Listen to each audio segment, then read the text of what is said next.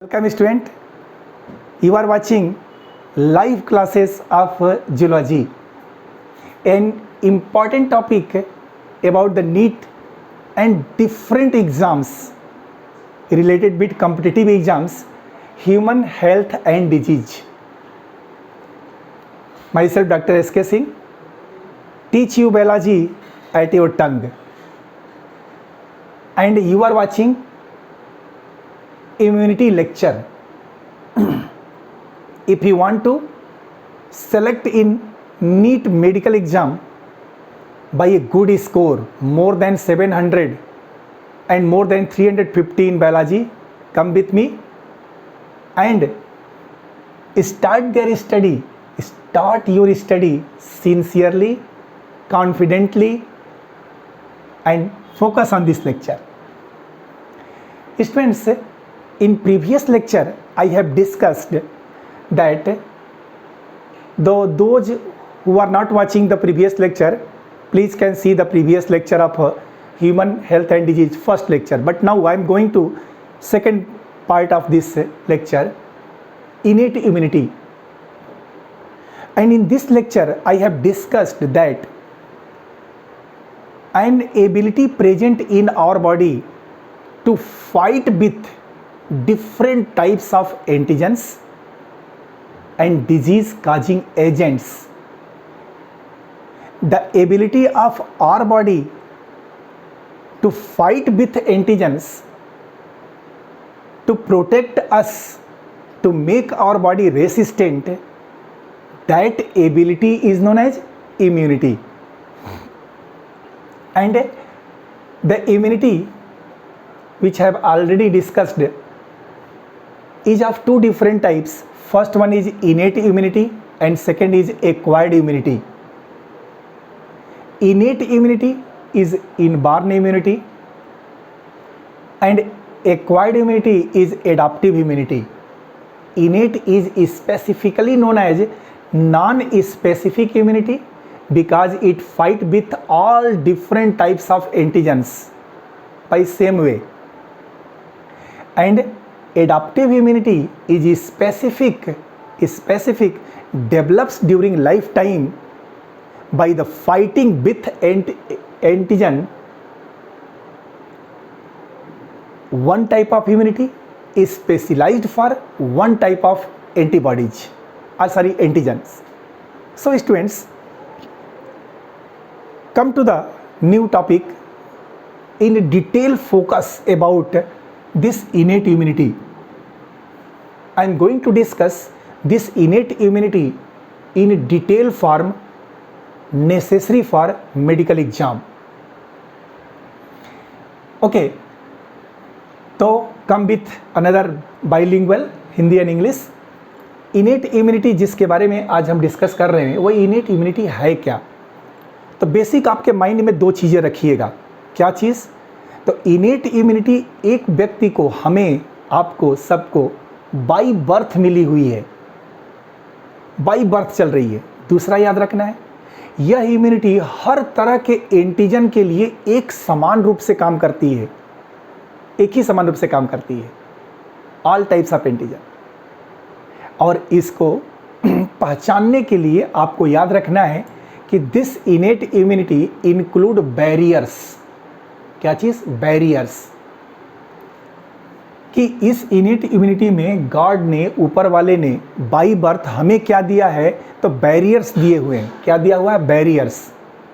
The innate immunity in human body include different types of barriers.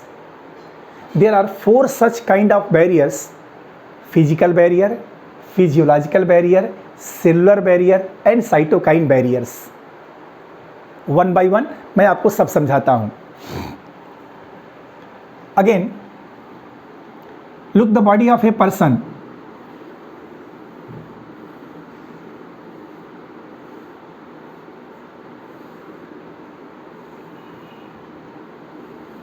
Just for memory, ये एक person की body है जिस पर मुझे आपको ये इनेट इम्यूनिटी समझाना है. और आप केवल जस्ट आप यहीं पर ईयरफोन लगा करके मोबाइल को लैंडस्केप मोड पे कर लीजिए और इसको आप देखिए तो आपको समझ में आ जाएगा कि इनेट इम्यूनिटी क्या होती है। इतना तो आपको पता ही है कि बाई बर्थ है, हर तरह के एंटीजन से लड़ने के लिए है, और ये भी आज पता चल गया कि इसमें सिर्फ क्या आएंगे, बैरियर्स आएंगे, रोकने वाले बैरियर्स। क्या होता है, तो इस पर्सन के अंदर ये जो बॉडी है ना, इसकी पूरी बॉडी, इसके बॉडी के बाहर मैं आपसे पूछूं कि क्या है तो आप बोलेंगे कि स्किन है। बिल्कुल सही बात है, स्किन है। भाई हमारे बॉडी के बाहर क्या है, स्किन। दूसरा, हमारे शरीर के जितने भी डक्ट हैं, ट्यूब्स हैं, पोर्स हैं, जैसे कि माउथ का, नोज का, ईयर का, है ना, आँखों का, यूरेथ्रा का, फिर वेजाइनल एपर्चर का, एनस का, जितने भी पोर्स हैं, उन पोर के पीछे जो डक्ट निकली हुई है, ट्यूब है, उस ट्यूब में म्यूकस की मेम्ब्रेन है। मतलब बॉडी के जितने भी डक्ट हैं और ट्यूब हैं, they are lined with mucus membrane. तो इसके नीचे क्या होगा, तो देखिए इसके नीचे, बॉडी के स्किन के नीचे, डक्ट के नीचे, हर जगह पर आप आएंगे तो एक स्ट्रक्चर आपको मिलेगा, and that structure is mucus membrane. Mucus membrane. इतनी बात समझ में आई आपको? हमने आपको समझाना शुरू किया है कि इनेट इम्यूनिटी में जो हमारी शरीर की सुरक्षा करेगी, अरे भाई सुनो ना, वो 4 तरह की है, फिजिकल, फिजियोलॉजिकल, सेलुलर और साइटोकाइन बैरियर। इसको रट जा, फिजिकल, फिजियोलॉजिकल, सेलुलर और cytokine barrier. First barrier is physical barrier, और इस फिजिकल बैरियर में 2 चीज़ें आएंगी। एक आएगा, दिस फिजिकल बैरियर में स्किन आएगा और प्लस म्यूकस मेम्ब्रेन आएगा। म्यूकस मेम्ब्रेन, ठीक बात है ना?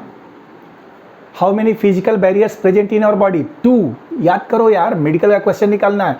फर्स्ट स्किन और सेकंड म्यूकस मेम्ब्रेन। अब देखिए, जो स्किन बाहर की तरफ आप दिख रही है इस पर्सन में, अगर बाहर से सपोज करो ये एक एंटीजन है, ये क्या है, एक एंटीजन। एंटीजन का मतलब डिजीज काजिंग एजेंट, बार बार मैं आपको समझा रहा हूँ, कोई टॉक्सिक सब्सटेंस। जब ये इस शरीर में इन्फेक्शन करने की कोशिश करेगा, ये वांट टू इन्फेक्शन, तो क्या यह एंटीजन डायरेक्ट शरीर में एंट्री कर जाएगा? नहीं करेगा ना। मेरे हाथ को देखो, यहाँ से कोई एंटीजन जाने की कोशिश करेगा तो क्या डायरेक्ट एंट्री कर जाएगा? नहीं करेगा, क्योंकि इसे रोकने के लिए हमारे शरीर के बाहर क्या है, स्किन। दैट मीन्स इस एंटीजन को ये स्किन यहीं पर अंदर जाने से क्या करेगा, रोक देगा। क्रॉस देखिए, रोक दिया।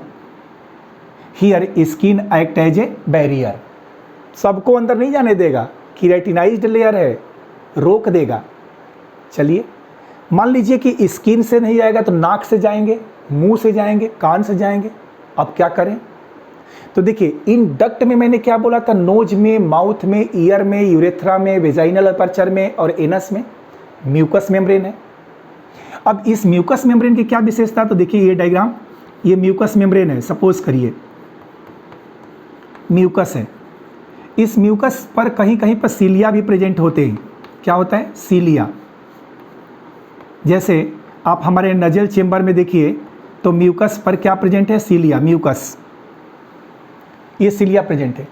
जैसे ही ये वाला एंटीजन इस म्यूकस मेम्ब्रेन के पास आएगा, यह सीलिया इसको बांध लेगा।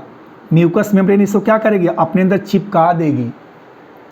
सीलिया और म्यूकस मेम्ब्रेन दोनों उस एंटीजन को, नाक में गया तो नाक का बाल जो है और म्यूकस जो है उसको चिपका देगा,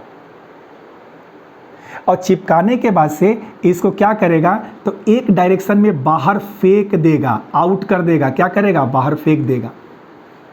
तो अगर माउथ से जाने की कोशिश करेगी तो यहाँ पर जो फेरिंग्स वगैरह है, यहाँ का म्यूकस मेम्ब्रेन उसको चिपका देगा और चिपका के फिर रिवर्स मूवमेंट से बाहर फेंक देगा। इसका मतलब कि नेचर ने हमें 2 बैरियर दिया है पहले ही लाइन में रोकने के लिए, और उसका नाम है स्किन और म्यूकस मेम्ब्रेन। कि स्किन और म्यूकस मेम्ब्रेन फिजिकल बैरियर होते हैं, जो बैरियर किसी भी एंटीजन को शरीर में एंट्री करने से बाहर से स्किन रोक देती है, बिकॉज यह इम्परमिएबल मेम्ब्रेन होती है, पानी तक को अंदर नहीं जाने देती स्किन, तो इन जर्म्स को कैसे जाने देगी। दूसरा कि इस बॉडी के जितने भी डक्ट और ट्यूब्स होते हैं उसमें म्यूकस मेम्ब्रेन होती है, उस पर सीलिया होता है। इस एंटीजन को यह सीलिया और म्यूकस मेम्ब्रेन बाइंड करता है और उसे बाइंड करके एक डायरेक्शन में, यहाँ थोड़ा ध्यान देना पड़ेगा आपको कि एक डायरेक्शन में, एक डायरेक्शन में इसे फेंकेगा। इसकी विशेषता है कि हर डायरेक्शन में नहीं, जैसे बाहर से अंदर एंट्री किया तो फिर इसको बाहर ही फेंक देगा, बांध के बाहर फेंक दिया, एक डायरेक्शन में। सीलिया का मूवमेंट हमेशा वन डायरेक्शन में होता है।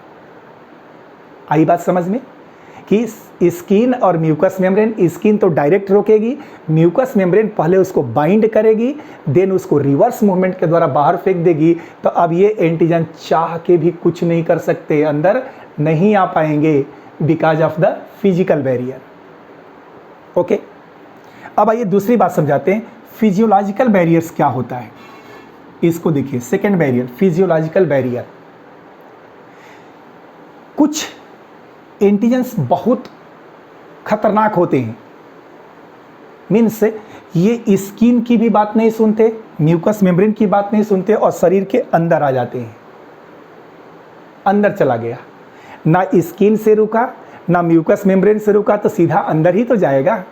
इसका मतलब ये हुआ कि ये स्किन और म्यूकस मेम्ब्रेन अगर किसी एंटीजन को नहीं रोक पाएगी तो दूसरी लाइन का बैरियर शुरू हो जाएगा, उसका नाम क्या होगा, फिजियोलॉजिकल बैरियर। सुनिए कैसे होता है। देखो यहाँ भी आपको एक ह्यूमन बॉडी के स्ट्रक्चर को ही आपको समझने की कोशिश करनी है और यहाँ से आप इन नामों को ले सकते हैं। देखिएगा थोड़ा, ये पर्सन है, इसके अंदर मैं अब सेकेंड बैरियर आपको समझा रहा हूं जिसका नाम क्या है, फिजियोलॉजिकल बैरियर। एक एक चीज ध्यान से देखिए, ये एंटीजन है, ये क्या है भाई, तो दिस इज एंटीजन। और इस एंटीजन की विशेषता क्या कह रहा है, कह रहा है कि स्किन और म्यूकस मेम्ब्रेन से नहीं रुका तो शरीर के अंदर जाएगा, अंदर जाएगा। चलिए कहाँ से जाएगा, तो ये आंखों के पास से गया, आईज, कहाँ गया, आईज। अब क्या होगा, तो आंखों से टीयर्स, आंसू निकलते हैं और उस टीयर्स में लाइसोजाइम एंजाइम होता है। मैं लिख देता हूं, अब देखिए, इस आंखों में क्या होगा, टीयर्स, और टीयर्स में कौन सा एंजाइम होगा, लाइसोजाइम एंजाइम।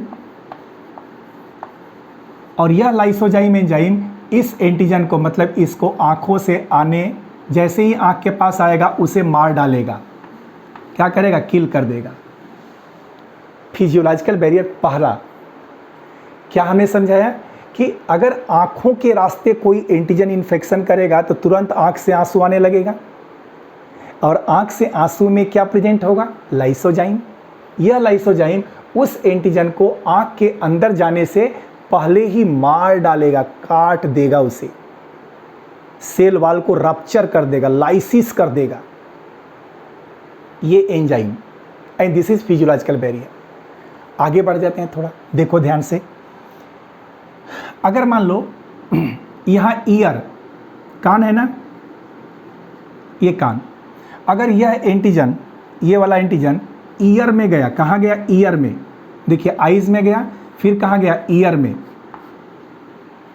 आंखों में गया तो किसने मारा, लाइसोजाइम ने। लेकिन कान के रास्ते एंट्री किया इसने, कोई जर्म्स है, कोई फंजाई है, कोई इंसेक्ट है, अगर कान के रास्ते अंदर एंट्री करेगा तो कौन रोकेगा उसको। तो आंसर है हमारे ईयर में ईयर वैक्स होता है, ईयर वैक्स, और इस ईयर वैक्स को सेरुमेन कहा जाता है। क्या बोलते हैं, सेरुमेन। अब जैसे ही ये एंटीजन इस कान में जाएगा, ईयर में जाएगा, तो ये सेरुमेन यहाँ पहुँचेगा और उसे मार डालेगा। दैट मीन्स सेरुमेन जो ईयर वैक्स है, ये सेकेंड फिजियोलॉजिकल बैरियर हो गया। तो कान से भी उसको एंट्री तो मिल गई, चला तो गया, लेकिन अंदर ईयर वैक्स है और ईयर वैक्स सेरुमेन कहलाता है। सेरुमेन इस जर्म्स को काट देगा, इनहिबिट देयर ग्रोथ। तो आंखों में किसने रोका, लाइसोजाइम ने। कान में किसने रोक दिया? आंसर है सेरुमेन ने, ईयरवैक्स ने। आगे बढ़ते हैं, थोड़ा और देखो। अगर मान लो यह एंटीजन स्टमक में आ गया। कहाँ आ गया? स्टमक में। कहाँ आ गया? स्टमक में आ गया। अगर यह एंटीजन स्टमक में आ गया, पेट में आ गया, तो आपको पता है ना कि स्टमक में क्या निकलता है भाई? तो आंसर है HCl निकलता है, हाइड्रोक्लोरिक एसिड। और ये हाइड्रोक्लोरिक एसिड इस स्टमक के अंदर आएगा और इस एंटीजन को किल कर देगा, ऐसे ही मार देगा। तो आंख में लाइसोजाइम ने मारा, कान में सेरुमेन ने मार दिया, और जब स्टमक में पहुंचा तो किसने मार दिया? HCl एसिड है, मार डालेगा। थोड़ा और आगे बढ़ते हैं।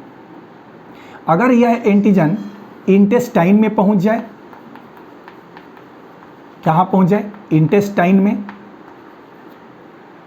तो इंटेस्टाइन में आपको पता है ना क्या निकलता है भाई? बाइल निकलता है, BILE,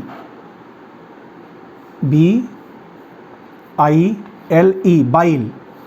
और यह बाइल इस इंटेस्टाइन के पास पहुंचेगा और इसे मार देगा। That means lysozyme, cerumen, HCl और बाइल, ये सब क्या हो गए? फिजियोलॉजिकल बैरियर्स हो गए।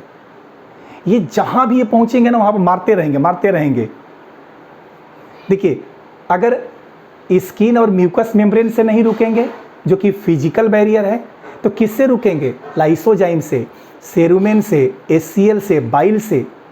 चलो एक बात और बताते हैं आपको। अगर मान लो कि यह जो एंटीजन है ये शरीर के अंदर आ गया, और इसमें से, अब देखना ध्यान से, एंटीजन AG कोई नहीं रोक पाया, ना तो लाइसोजाइम, ना सेरुमेन, ना HCl, ना बाइल, तो क्या होगा? आंसर है, तब यहाँ पर आपको ध्यान रखना होगा कि यहाँ फीवर काज होगा, फीवर। यहाँ पर फीवर की वजह से ये मारे जाएंगे। फिर यहाँ पर याद क्या रखना है कि फीवर के अलावा क्या होगा? तो pH में चेंज हो जाएगा, pH में चेंज की वजह से ये मारे जाएंगे। दैट मीन्स बड़ा सिंपल सा कॉन्सेप्ट है कि हमारे शरीर में ऊपर वाले ने इतना बढ़िया चीज़ दिया है हर जगह पर रोकने का। बस आपको मेडिकल के लिए क्या याद करना है? छोटे छोटे इस नामों को याद कर जाना है। फिजियोलॉजिकल बैरियर क्या होगा? फीवर होने से बॉडी का टेम्परेचर रेज करेगा, और जब टेम्परेचर रेज करेगा तो हाई टेम्परेचर पर ये एंटीजन ऑटोमेटिकली किल्ड हो जाएंगे। pH बदल जाएगा। अगर pH बदल गया तो आपको पता है ना कि कोई भी pH के चेंज होने पर कोई भी जर्म सर्वाइव नहीं कर पाता, तो pH के चेंज होने पर भी एंटीजन मारे जाएंगे। Then students, it is very clear this physiological barrier include lysozyme, cerumen, HCl, bile, fever and pH। आइए अब हम तीसरे बैरियर पर आ जाते हैं, दैट इज सेलुलर बैरियर। ये सब क्या था? ये जितना भी नाम मैंने बताया, यह नाम था फिजियोलॉजिकल बैरियर्स का। पहला जो मैंने आपको बताया था, ये देखिए, ये केस, ये फिजिकल बैरियर का समझाया था। और हम किस में बात कर रहे थे? इनेट में बात कर रहे थे। यही तो डॉक्टर बनने का तरीका है कि आपको हर पॉइंट को ध्यान रखना है। हम एक्वायर्ड में गए ही नहीं हैं, हम इनेट की बात कर रहे हैं, जिसमें क्या है? बैरियर्स हैं। और बैरियर्स में फिजिकल बैरियर समझा दिया, फिजियोलॉजिकल समझा दिया। अब आइए सेलुलर को समझिए। सेलुलर बैरियर में क्या होगा? तो देखिए, सेलुलर बैरियर में बॉडी के अंदर, मतलब शरीर के अंदर एक सेल होती है जिसका नाम होता है न्यूट्रोफिल। न्यूट्रोफिल्स, आप लोगों ने ब्लड वैस्कुलर सिस्टम में पढ़ा होगा ब्लड की सेल्स के बारे में। अब ब्लड में आपने पढ़ा होगा कि RBC होता है, RBC में हीमोग्लोबिन होता है। फिर आपने पढ़ा होगा कि WBC होता है, WBC में दो तरह का होता है, एक ग्रेनुलोसाइट्स और ग्रेनुलोसाइट्स। उसमें जो ग्रेनुलोसाइट्स होती हैं, उसी में से एक नाम किसका आता है? न्यूट्रोफिल्स का आता है। इस न्यूट्रोफिल को हम लोग नाम देते हैं पॉलीमार्फो न्यूक्लियर ल्यूकोसाइट, PMNL। क्लियर? एक और आ जाइए, बॉडी में हमारी सेल्स एक और भी होती है, मोनोसाइट। वो भी ब्लड की सेल है, मोनोसाइट। सेलुलर बैरियर का मतलब हमारे शरीर की कुछ सेल्स। अब आपको ऐसे समझने की कोशिश करनी होगी कि फर्स्ट लाइन में स्किन और म्यूकस मेम्ब्रेन ने एंटीजन को अंदर आने से रोका था, देख रहे हैं आप लोग पूरी चीज़ों को।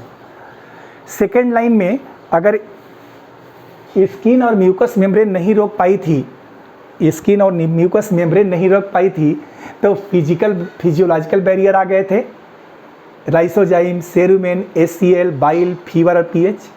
अगर ये भी काम नहीं कर रहा है, प्रॉब्लम तो होगी ना।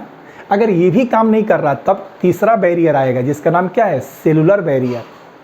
और सेलुलर बैरियर में न्यूट्रोफिल्स, जिसका नाम है पॉलीमार्फो न्यूक्लियर ल्यूकोसाइट, ये WBC होती हैं, WBC हैं, white blood corp cells, blood की सेल्स हैं। और मोनोसाइट, ये भी ब्लड की सेल्स है, बट ये ए ग्रेनुलोसाइट्स हैं।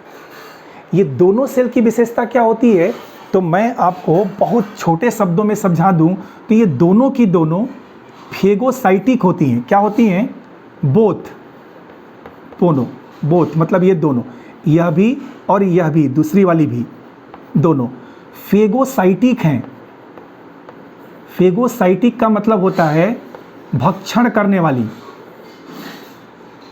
मे बी पॉसिबल नीचे वाला आपको ना दिखे, बट डोंट वरी, आप नाम समझ रहे हैं, फेगोसाइटिक, कि जैसे ही कोई एंटीजन उनके पास आएगा उसको खा जाएंगी, ऐसे राक्षस की तरह घूम रही है चारों तरफ। अब कोई भी एंटीजन, ये एंटीजन अगर शरीर में एंट्री कर गया और ये सब नहीं रोक पाए, तो ये तो घूम रही हैं हर जगह, भूखी सेल्स हैं, हंगर सेल्स कहलाती हैं। इनको तो कोई एंटीजन चाहिए, तो ये घूमते घूमते घूमते यहाँ पहुँची आंखों के पास में, तो इस लाइसोजाइम से पहले यही खा जाएंगी उसको। कान में पहुँच गई तो सेरुमेन से पहले ही खा जाएंगी उसको। HCl, बाइल, फीवर, पीएच, ये एंटीजन जहाँ मिलेंगे ना उसको खाती जाएंगी।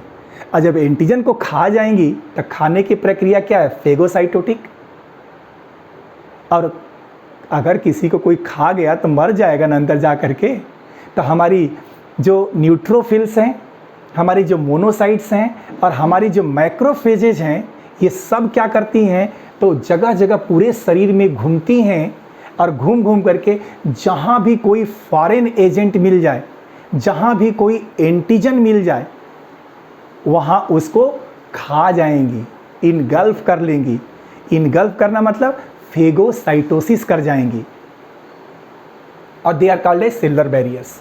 तो सेलुलर बैरियर का मतलब वे बैरियर्स, जो बैरियर हमारे बॉडी के अंदर पूरी तरह से हमेशा मूवमेंट करते रहेंगे और जगह जगह जहाँ भी एंटीजेंस या फॉरेन एजेंट या वायरस बैक्टीरिया मिलेगा उसको खाते जाएंगे और हमारे शरीर के अंदर इसको फैलने नहीं देंगे। ये कौन से हैं, न्यूट्रोफिल्स हैं और मोनोसाइट्स हैं। मैक्रोफेजेज भी होती हैं इसमें, ध्यान रखिएगा क्या होती हैं। तो आपको मैं बता दूं, न्यूट्रोफिल प्लस मैक्रोफेजेज ये और ख़तरनाक होती हैं। इनके एंटीजन को खाने की जो रेट है ना, ये इससे कई गुना ज़्यादा होती है।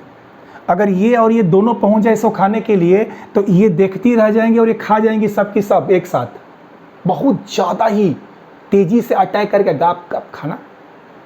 ये मोनोसाइट्स का, मैक्रोफेजेज से काम होता है। लास्ट बैरियर पर आइए। लास्ट क्या है, साइटोकाइन बैरियर। देखिए इसको आपको थोड़ा समझना पड़ेगा। साइटोकाइन बैरियर का मतलब क्या होता है, जैसे कोई एक सेल है, ये क्या है, हमारे बॉडी की कोई एक सेल है, सेल में किसी वायरस का इन्फेक्शन हो गया। ध्यान दीजिएगा इस चीज़ को। एंटीजन में सिर्फ कौन सा एंटीजन है, वायरस, VIRUS। ये वायरस इन्फेक्शन कर गया, शरीर में इन्फेक्ट हो गया। वायरस जैसे ही शरीर में आया, ध्यान दीजिए इस चीज़ को, ये शरीर के अंदर वायरस आ गया, इन्फेक्शन हो गया, तो हमारे शरीर के अंदर कुछ प्रोटीन बनने लगेगा। क्या बनने लगेगा, प्रोटीन। वायरस इन्फेक्टेड सेल मतलब वायरस इन्फेक्टेड सेल, ये ध्यान रखना है कि नॉर्मल सेल नहीं है, वायरस इन्फेक्टेड सेल है। और जैसे ही ये इन्फेक्शन हुआ तो शरीर में क्या बना, प्रोटीन, और इस प्रोटीन का नाम होगा इंटरफेरॉन। क्या नाम होगा भाई, इंटरफेरान, ये इंटरफेरान, इसको INF कहते हैं, इंटरफेरांस। देखिए इसको क्या मैं बता रहा हूँ, साइटोकाइन बैरियर का मतलब क्या होता है, तो जैसे ही किसी वायरस का इन्फेक्शन हमारे बॉडी की किसी सेल में होता है, when a virus infect a cell of our body, कोई भी वायरस हमारे सेल को इन्फेक्ट करता है, देन एट दैट टाइम, उस समय the cell which is infected by this virus start to produce a protein known as interferons. क्या बनाएंगे ये, एक पॉलीपेप्टाइड बनाएंगे जिसका नाम होगा इंटरफेरान, इसका नाम है देखिए इंटरफेरान INF। अब ये INF यहाँ से निकलेगा और किसी दूसरी सेल में जाएगा और दूसरी सेल में इस वायरस के फर्दर इन्फेक्शन को रोक देगा। आप ऐसे समझिए कि मेरे हाथ में यहाँ पर एक सेल है, यहाँ पर वायरस का इन्फेक्शन हुआ, तो यहाँ की सेल ने एक इंटरफेरान बनाया, वह इंटरफेरान हाथ से निकल करके चेस्ट में चला जाएगा और चेस्ट की सेल को रेसिस्टेंट कर देगा, तो हाथ का इन्फेक्शन हाथ में ही रह जाएगा, ये चेस्ट में नहीं आएगा। क्यों नहीं आएगा, क्योंकि जो इंटरफेरान है वह इंटरफेरान उस चेस्ट की सेल्स को रेसिस्टेंट कर देगा इस प्रकार के वायरस के इन्फेक्शन से। तो इस साइटोकाइन बैरियर में आपको याद सिर्फ क्या रखना है, इंटरफेरेंस INF साइटोकाइन बैरियर्स होते हैं। Students, just rapidly at a simple glance you must remember innate immunity is inborn immunity. Innate immunity include barriers. There are 4 kind of barrier: physical barrier, physiological barrier, cellular barrier, cytokine barrier. Physical barrier include skin and mucous membrane. Physiological barrier include lysozyme, cerumen, HCl, bile, fever and pH. Cellular barrier include neutrophils, monocytes and macrophages. They all are phagocytotic. And cytokine barrier include interferons produced by a viral infected cells. Hope guys, all of you well understand about all the concepts of this innate immunity. और इसके बाद हम next lecture को जब आएंगे तो हम आपको एक नया टॉपिक स्टार्ट करेंगे डिटेल एनालिसिस में, एक्वायर्ड और एडाप्टिव और specific immunity. Then wait for the next lecture, see you in next lecture, till bye.